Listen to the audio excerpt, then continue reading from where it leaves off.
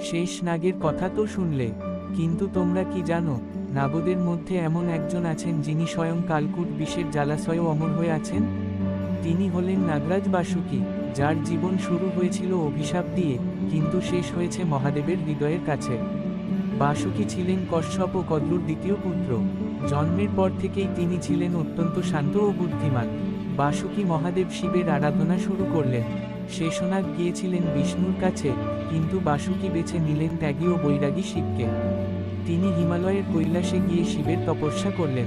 শিব যখন বাসুকীকে বর দিতে চাইলেন, বাসুকী কোনো রাজত্ব চাইলেন না।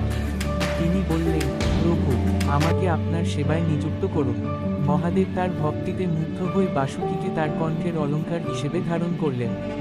কালনাগ হয়েও তিনি হয়ে উঠলেন মহাদেবের ভূষণ।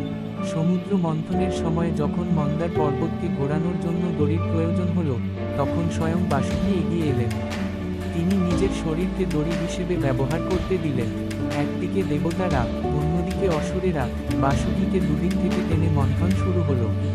মন্থনের চাপে বাসুকীর মুখ দিয়ে কালকুট বিষ বেরোতে শুরু করল, তার শরীর রক্তাক্ত হল।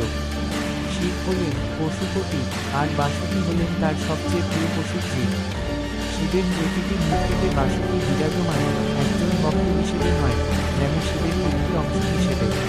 তাই যখনই তোমরা শিবের কোনো মূর্তি দেখবে, লক্ষ্য করো তার গলার সেই সাপটির দিকে। তিনি বাসুকী, যিনি শিখিয়ে গেছেন, জন্ম যাই হোক না কেন, কর্ম আর ভক্তি দিয়ে ঈশ্বরের সবচাইতে কাছে পৌঁছানো সম্ভব। যে বিষ জগৎকে ধ্বংস করতে পারত, বাসুকী তা নিজের শরীরে সয়ে নিয়ে আমাদের জীবন দান করেছেন। ভালো লাগলে চ্যানেলটি সাবস্ক্রাইব করুন আর কমেন্ট করুন। নাগরাজ বাসুকীর জয়।